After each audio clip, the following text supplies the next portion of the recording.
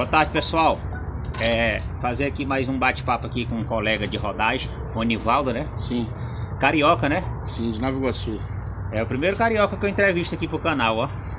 Mas quando eu descer lá embaixo, lá no Rio, eu vou fazer um bate-papo com uma turma lá. De Nova Iguaçu? Sim, de Nova Iguaçu, mais precisamente de Jardim Alvorada. Jardim Alvorada. Lá é considerada, chamada Terra de Marlboro. Então, Nivaldo, conta pra nós aí um pouquinho aí da tua vida aí como caminhoneiro. Tem muito tempo já na rodagem? Vamos lá. Pô, a minha família, ela vem de uma família de caminhoneiro. Meu pai, mais precisamente, ele é de Teófilo Otoni, mas se ramificou no estado do Rio de Janeiro, criou família por lá. E são 3 irmãos. Os outros 2 também são caminhoneiros, sendo que tem um que está aqui próximo a nós aqui em Campinas, né? Nosso local aqui é Jundiaí.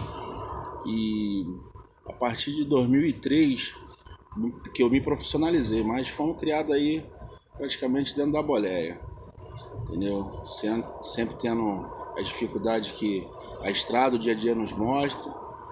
E desde 2003 nós estamos em cima do caminhão, a Vera, né? Eu sei. Seu irmão tá aí em Campinas, aqui perto? Mas o meu irmão hoje ele tá numa linha industrial. Ele meio que ficou desapontado com a nossa profissão, com as nossas humilhações, com o nosso salário defasado, Maus tratos mesmo. Maus tratos, a falta de segurança na estrada, e desanimou e partiu para outra linha. Ah, tá. Ele não tá no caminhão mais. Não. É mais um que abandonou a profissão. Isso aí, abandonou a profissão. Falando em abandonar, Nivaldo, tem muita gente que tá saindo fora desse ramo, né? Tem bastante gente. E tem muitos querendo entrar e não sabe a realidade, o que é, né, cara? Eu creio que hoje a maioria que são profissionais realmente, estão mais pelo amor à profissão. Que nosso salário está defasado, as empresas não dão muitas opções pra gente, como uma qualidade de vida boa, um plano de saúde. Apesar do interstício estar em vigor, há muito autônomo aí que não cumpre. Verdade, isso aí eu vejo mesmo. Mas as empresas, pelo menos onde eu tenho carregado, e até a própria minha empresa, tem cobrado bastante nosso interstício aí, nosso horário de descanso, cara. E eu vejo isso daí, e a categoria ela reclama por esse objetivo, por essa descaso, né? Por parte aí da empregadores, né? Embarcadores, né? Sim. Que exige muito, né? Exige sempre o máximo do profissional, né? Verdade. E é sempre aquela questão de aguarda, acelera. Né? É verdade, isso aí a gente sempre está no fio da lança com relação a descarga e carregamento, né? Muitas vezes a gente passa algum horário para carregar e você tem que acompanhar carregamento. Depois que está carregado, tem que tocar. Tomar mais um café aqui. Tem um cafezinho aí? Tu como falou que se profissionalizou em 2003, né? Sim. 2003. Fala aí, nesse período aí que tu tem, de lá pra cá, qual uma situação assim bem mais, como é que eu digo, mais trágica, constrangedora que tu passou assinando? Cara, infelizmente não tem como a gente não falar disso. Com relação a um estado que eu amo, nasci lá no Rio de Janeiro. Uma da maior humilhação que eu tive foi dentro do meu estado, um policial militar do estado do Rio de Janeiro. A gente teve um problemazinho, ele me autuou. Na realidade, eu estava em situação errada no caminhão. Eu tinha estacionado o caminhão, tinha parado o caminhão na pista de rolamento, sendo que a minha descarga era do outro lado da rua e a loja não tinha local para descarregar. Yes, ou seja, então foi só o tempo de eu parar e o cara da loja abriu o portão para mim poder entrar. Nesse meio tempo, o policial veio e me autuou e falou para mim a seguinte questão: falou, rapaz, Você parou aí, não, aí é proibido parar. Você faz o seguinte, cara. Você pega e para o seu caminhão em cima da calçada. Aí eu, naquele calor do momento, eu virei para ele, pô, meu senhor policial, o senhor tá pedindo para mim, eu tô errado, mas é um crime. Como é que eu vou obstruir uma passagem de pedestre? E aquela situação ali gerou um problema porque o policial achou que eu tava querendo ensinar para ele o trabalho dele. E meio que a gente entrou numa discussão meio ferrenha. De contrapartida, o segurança da loja lá, não sei se ele prestava serviço como policial ali, não sei a situação, como funciona isso. Ele, ao mesmo tempo, ele não saiu em minha defesa, por do outro lado ser um colega dele, e eu fiquei naquela situação constrangedora ali, no meio aos clientes da loja, ao meu irmão que estava do meu lado como ajudante, e o cara veio pra cima de mim com 5 pedras na mão. Acho que se fosse à noite, aquele cara tinha me executado.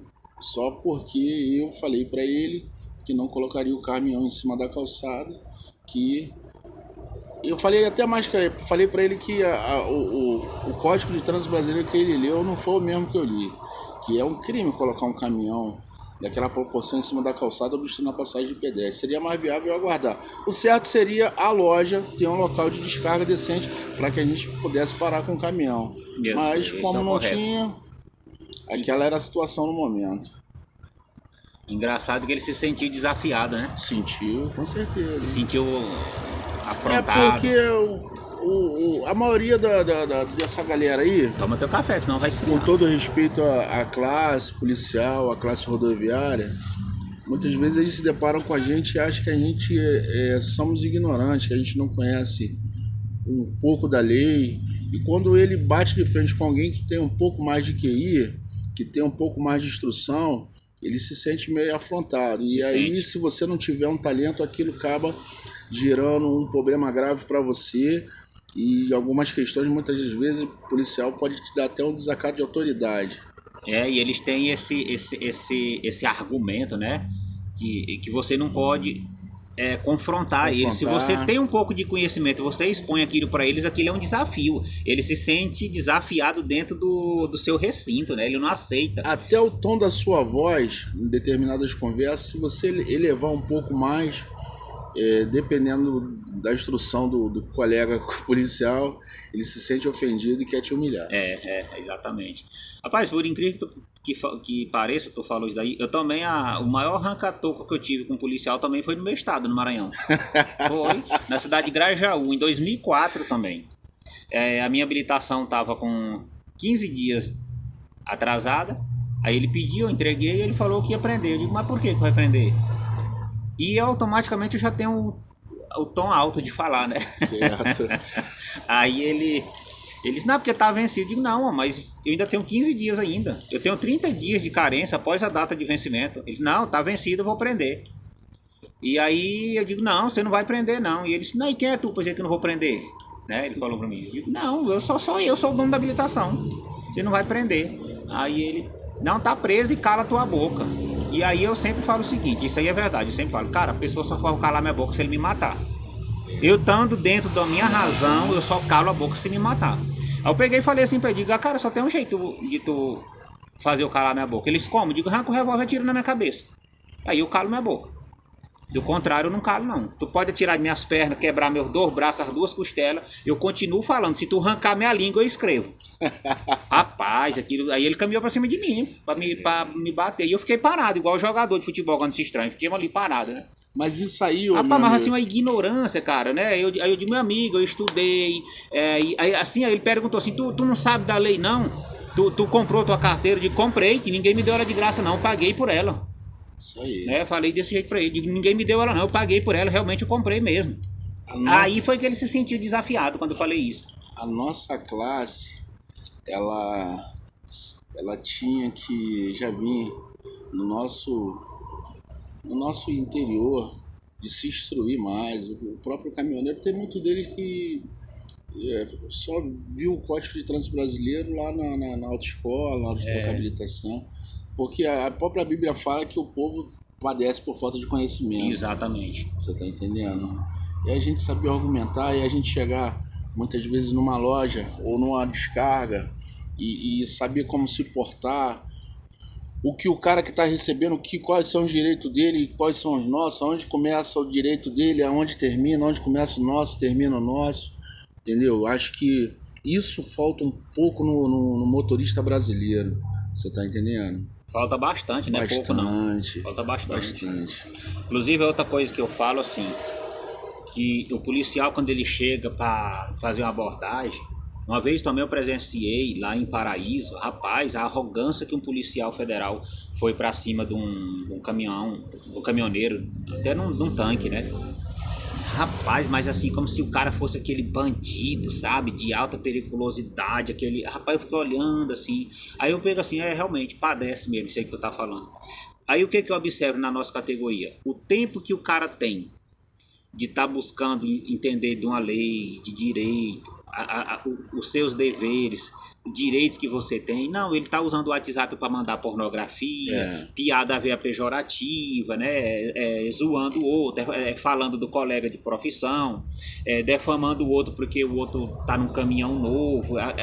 Ele gasta o tempo que ele tem para buscar conhecimentos com essas bobagens, que não acrescenta em nada a ele, só diminui. Só que daí, muitas dessas pessoas, eles têm esse conhecimento, eles sabem que o motorista não busca informação. Isso aí. Né? Aí eles aproveitam disso do motorista. Tanto o empregador quanto as autoridades policiais, fiscalização, né? Guarda de posto fiscal, entendeu? Fica, rapaz, humilha, porque ele sabe que o cara, não, moço, bate o pé pra ele, que ele não tem argumento, ele não tem conhecimento nenhum, e realmente ele se aproveita disso aí. Verdade. E inclusive no detalhe que tu falou aí do policial, realmente, cara, é muita truculência, né? Isso é truculência, falta de educação, de respeito com o motorista, né? Ah, porque eu sou um policial, então... Aí, tipo assim, na mente dele tu tava cometendo uma obstrução, né? Eu tava cometendo uma infração e eu fazer outra infração. Ele estava certo mandando tu cometer outra infração. Aí tu foi questionar, ele achou ruim. Ele achou ruim. Mas... para finalizar com relação a essa questão, não vamos generalizar, porque como houve esse fato comigo, eu conheço também alguns policiais que são pessoas de boa índole, que têm o seu intelecto, são pessoas sensatas, como eu também sei que tem muito profissional do volante também, que é uma porcaria, que é uma merda, que é uma porcaria, você tá entendendo? Que dá trabalho mesmo aos policiais, ao patrão, nas empresas onde vai carregar e descarregar. Com certeza, com certeza. Eu entendo que a polícia, ela é o nosso ponto de apoio, ela tem que ser o nosso ponto de apoio para nós fazermos uma viagem tranquila, tanto quanto a rodoviária, quanto a militar, estadual, porque para tirar esse estigma, né, como o Rio de Janeiro, todo mundo tem medo de ir no Rio de Janeiro, por causa da nossa polícia lá. Mas eu conheço alguns policiais lá de bom caráter, de boa índole. Lógico, numa escala de 100% são bem reduzidas, mas existe, a gente não pode generalizar. Assim como existe um mau profissional policial, existe um mau profissional motorista também. E o patrão que é uma merda também, né? O patrão que é uma merda também. Verdade. Então, eu também falo a mesma coisa que tu falou aí, né? Eu faço das suas palavras as minhas, né? Tem muito policial educado que chega, sabe conversar, sabe, tipo assim, eu mesmo quando eu falo por mim, quando eu vejo um policial, eu me sinto mais seguro, de verdade. Eu nunca tive medo, né? Tem gente que tem medo, porque não anda errado. É verdade. Não tenho medo, né? E procuro me expressar da melhor maneira possível, mesmo eu não me preocupo em falar bonito. Não sei. Eu quero falar a verdade, né? É verdade. Falar palavras bonitas, cheias de efeito, isso aí não é minha preocupação, não. Tem que ser falar a verdade. São coisas que têm efeito, que vai fluir, vai trazer coisas boas e tem a base, né? Falando do Rio de Janeiro, lá teu estado, eu já fui pra lá várias vezes também, graças a Deus nunca tive problema nenhum, nem na ida, nem na vinda e nem lá, que é onde o pessoal tem medo. Eu nunca tive problema nenhum lá, graças a Deus. Sempre fui muito bem recebido lá. Graças a Deus mesmo. Aos carioca eu sou grato demais. Eu vou falar o seguinte, eu tenho meu ponto de vista, esse é o meu e vai ficar aí, gravado aí. a questão do Rio de Janeiro, da criminalidade, a galera tem que se atentar ao seguinte: isso é um problema mundial, cara. Isso é um problema mundial, um problema que não está só no Rio de Janeiro, São Paulo, no Maranhão, a criminalidade, Fortaleza, que dizem que é muito violento. o uso de droga, isso aí é um problema mundial que tá difícil de acabar. Tem muita gente que vive em cima disso aí, né? Tem muitos poderosos que estão ricos e vão permanecer ricos em cima disso aí. É verdade. Então há muitos interesses envolvidos nisso. Mas como o Rio de Janeiro, como toda a metrópole, tem essa dificuldade. Tem essa dificuldade, sim. Como São Paulo tem, o próprio Maranhão tem. E o que acontece? A gente tem que tentar se blindar. Já que o Estado não consegue cobrir o papel dele, a gente tem que tentar se blindar de coisas boas, família boa, a gente não está em local que não convém, você está entendendo? Amizades que não te vai levar em lugar nenhum. Exatamente. A gente como sociedade, a gente também tem que fazer a nossa parte, entendeu? A gente tem que fazer a nossa parte. É um cara que muitas vezes, a gente está num pátio de posto, oferece um celular para você e você, por achar que tá barato, você vai e compra. Aí o que acontece? Ele vai aqui na frente aqui, aí sua filha tá passando com o celular lá, ele vai e rouba, de repente ele mesmo vem te vender e você compra. Você tá entendendo? Então toda a sociedade tem sua parcela de culpa em tudo que acontece. Tem verdade. Não adianta, é o que nós estávamos conversando. A população, ela gosta muito de criticar e critica, mas não apresenta um plano B, uma solução, um escape, uma fuga. Vamos fazer dessa forma? Chamar para você mesmo a responsabilidade de tudo isso mudar. Você tá entendendo? Critica e não levanta a bunda do lugar para ajudar. Positivo, hein? O meu Rio de Janeiro é uma cidade maravilhosa, tudo.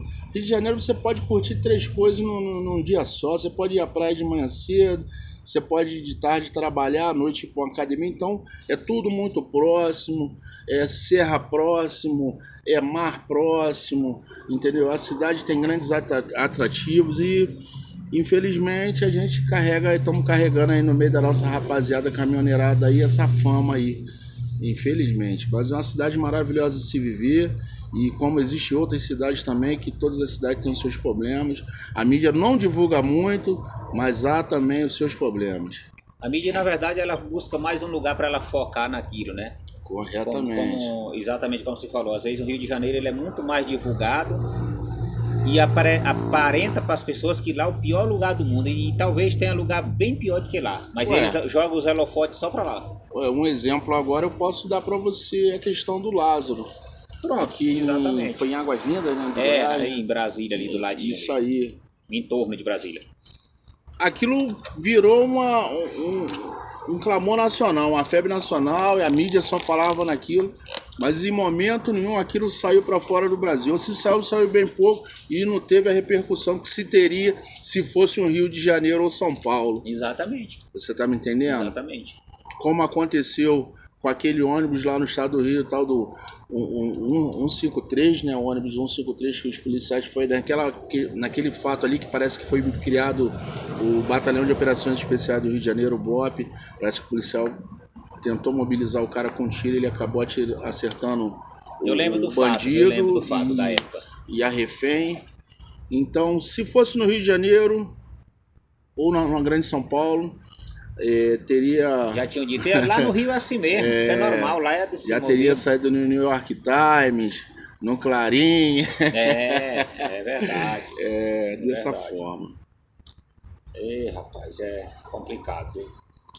Mas é isso aí, rapaz. E você falou uma coisa que eu faço por mim, quando eu tô no volante, fazer a minha parte, sempre procurar aquele lugar, até que eu falo, não sou doido, não sou nenhum débil mental, já tenho uma quilometragem rodada, então eu vou sempre também evitar os lugares que é perigoso, para parar, para pernoitar, né? Então, tipo assim, é uma coisa que a gente tem que fazer a nossa parte, a nossa parte, isso aí. Fazer a nossa parte. E principalmente quando a gente anda com a família, né? Você tem que cada vez... Não basta ser só o caminhão, a carga. A nossa integridade física, quando você viaja com a família, então você tem todo mais um cuidado. Tem mais responsabilidade para isso. Então a gente tem que fazer a nossa parte. Fazer a nossa parte. Chegar a saber conversar com as pessoas, sim, né? Tanto seja com o nosso chefe, patrão, nos lugares onde a gente vai carregar, descarregar, com o policial, contigo aqui, com os outros, é a gente saber, né, se comunicar. Se comunicar. Porque realmente na nossa categoria tem uns caras que é muito mal educado, cara. É muito mal educado, não fala nada com nada. E é isso. Aí as pessoas observam assim, ih, rapaz, esses caras aí não são unidos, eles mesmos. Quem que vai gostar desse povo? Vai, eles se ele mesmo não se une. Não tem união. Né? Desse jeito, cara. Cara, eu tô aqui, a gente tá conversando, não tem como não falar do meu pai, cara. Se eu sou o que eu sou, se eu tô onde eu tô, se eu sou um pouco de profissional que eu sou, um pouco que ele sabia, ele passou pra mim e eu tentei pegar. A gente morre e não aprende, né?